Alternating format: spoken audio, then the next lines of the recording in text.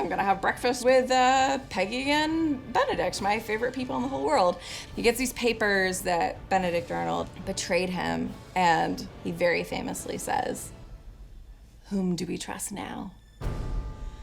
The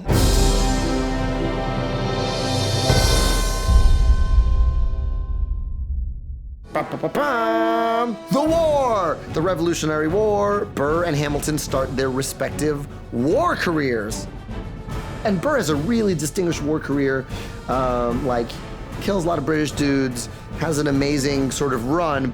Meanwhile, George Washington asks Hamilton, hey, be my aide-de-camp. Aide-de-camp is like a fancy word for secretary. Nah, I'm good, I wanna fight. I wanna fight because that's how I'm gonna rise up. And Washington's like, come work for me. It's paperwork, sure, but you're gonna be at the center of the action. You're gonna be in with the guy who knows best. And Hamilton does his political calculus and says, okay. So Hamilton writes his letters. Hamilton writes letters to Congress. This whole time, all Hamilton wants is a command. Hamilton's just sort of tugging on his sleeve, being like, can I fight? Can you just give me like a bunch of dudes? And like, I promise I'll be so good at this. And Washington's like, no, just stay aide-de-camp. But they go through some of the toughest trials of the war together. It's Hamilton and Washington. And then Hamilton finally goes, I quit, I'm out. And Washington, aware of what a sort of gifted but troubled kid Hamilton is, says, all right, you're gonna lead these troops to do this very specific thing in the Battle of Yorktown. Hopefully this is our last battle anyway, but like you will be able to say you led a command. And so Hamilton goes into it like with ridiculous gusto. He's like jumping ahead of everyone, being like, we're at war. Like he's like showboating.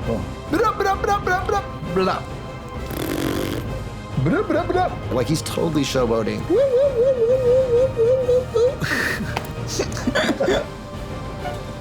Okay. I'm gonna lean forward. You're okay? Oh shit, I'm drunk.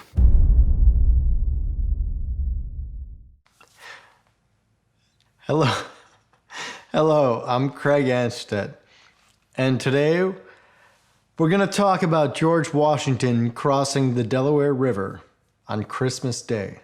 So it's the end of the year 1776. The Continental Army is camped out on the shores of the Delaware River in Pennsylvania. George Washington is like, the Continental Army is f***ed. It seems hopeless. Across the river in Trenton, New Jersey is the Hessians. The Hessians are German mercenary soldiers for the British Empire. And they're like, hey man, we're cool. And we making the money. On December 23rd, Washington brings General Hugh Mercer, who's a Scottish general, and Captain Alexander Hamilton. George Washington's like, look, we have to attack the British on Christmas night. They're gonna be drunk, they're gonna be burping, eating shit. That's the night that the least expected. So we have to move, we gotta go. It's a surprise attack. So Mercer's like, he's a Scottish guy. He's like, we don't have munitions. I don't even know how to do it. Think about Sean Connery. Off. Mercer's like, well, we can't do this now. We don't have the provisions. And Alexander Hamilton's point of view is, hey, that's exactly why we need to attack, because the Hessians have infinite musicians. They have infinite munitions, and we can capture all that. So, all right, well, this is what's going down. We got 5,000 troops. We're gonna cross the river. It's like 300 yards wide. You all right?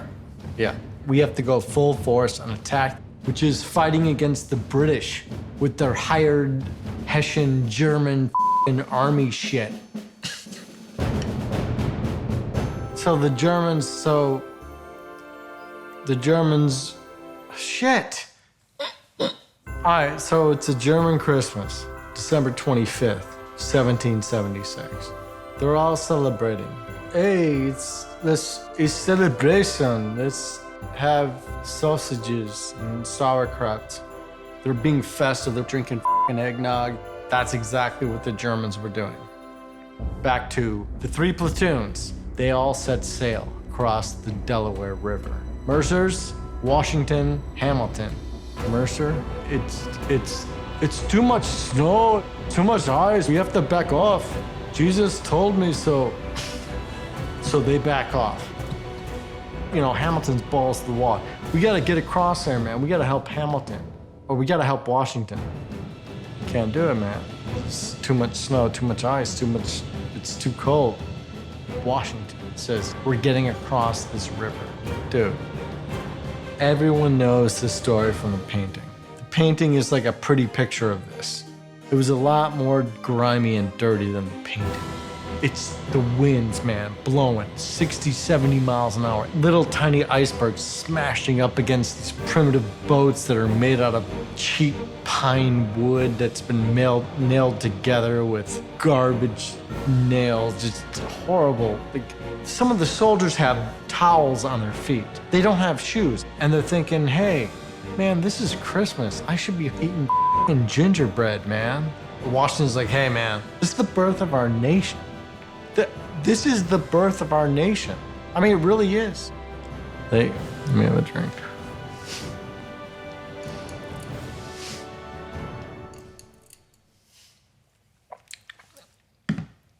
They roll up upon the shore, Trenton, New Jersey.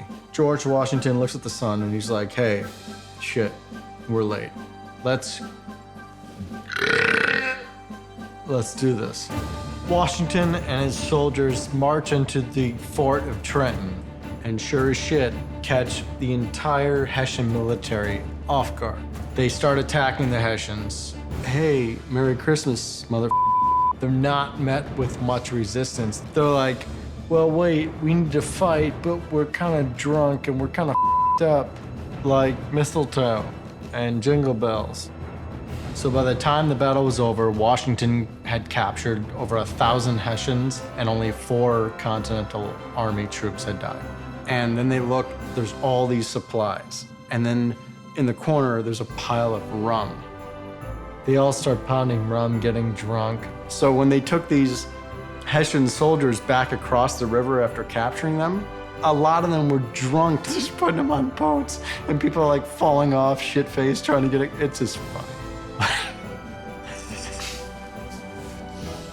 So this is the first major victory for George Washington and his Continental Army. And it made an announcement to the entire world that, hey, this Continental Army is a force to be reckoned with. You can't underestimate that, man.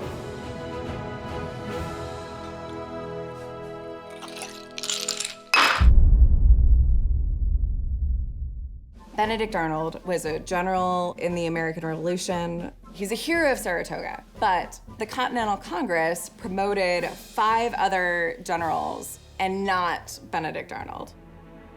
Benedict Arnold was very bummed out by that. So anyway, Peggy says, sweetheart, you deserve to be backed by the government that you belong to.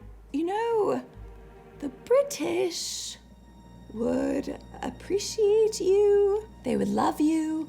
Also, my family's British. Benedict's like, no, I'm not gonna defect to the British side. That's insane. George Washington is my daddy, kind of. Peggy says, look, I have a friend in the British Army, John Andre. Benedict's like, it's like your ex-boyfriend. Peggy's like, well, I mean, Benedict, if you really want to be with me, be more confident. And Benedict's like, yeah, I am going to betray the United States because I love you and I'm going to prove to you that I am not jealous. And makes love to his wife. And she's like, I love it. I love being a spy. This is so great because I love drama. And Peggy Shippen, like, what an adventure. She was sheltered, entitled. I have this whole imaginary chorus of women that are like, don't say, but she was a she was bad. Peggy says, you write me letters. I'm going to pass them on to John Andre. So Benedict writes letters, which are really passionate. They're like, Peggy, I love that I get to do it with you, because he knows that John Andre is going to get them. Also, the Continental Army is going to West Point. Also, I love you, and I love you, I love you. So they're passing letters back and forth, back and forth, back and forth. And eventually, Benedict tells John Andre, okay, I'm gonna give you the information on how to attack us. I'll tell you everything. Also, I'm going to invite George Washington to my house so you can take them if you want. Like his friend. Love. Yeah, sucks so much. So George Washington, the head of life, the head of the entire Continental Army, is like, oh, I'm gonna have breakfast with Peggy and Benedict, my favorite people in the whole world. He gets these papers that Benedict Arnold betrayed him, and he very famously says, whom do we trust now? I'm too drunk. He goes to the house. Peggy, meanwhile, rips off half of her clothes. She's holding her 6-month-old. Peggy says, ugh, you are sent here to kill my baby. Baby killer, you're here to kill my baby. And he's like, oh my gosh, you're crazy. You're so crazy. No. He's just like, women with their hysteria. She's crazy right now. But she's absolutely, I can say without a doubt that she is innocent. She was brilliant. She was great. She wasn't great. She was bad.